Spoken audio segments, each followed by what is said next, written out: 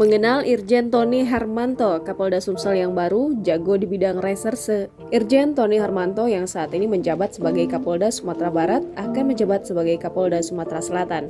Irjen Tony Harmanto akan menggantikan Irjen Eko Indraheri yang menempati posisi baru sebagai Korps Ahli Kapolri. Rotasi itu berdasarkan surat telegram tertanggal 25 Agustus 2021. Surat itu ditandatangani oleh AS Kapolri Bidang SDM Irjen Wahyu Widada atas nama Kapolri. Hal ini dibenarkan oleh Karo Penmas Divisi Humas Polri Brigjen Rusdi Hartono. Ia menyebut surat itu ditandatangani pada 25 Agustus 2021.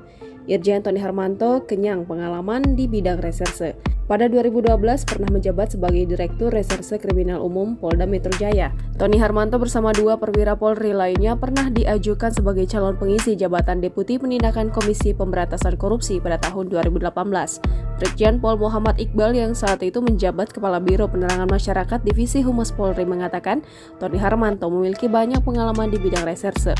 Ia pernah menjabat sebagai Direktur Reserse Kriminal Umum di Polda Metro Jaya.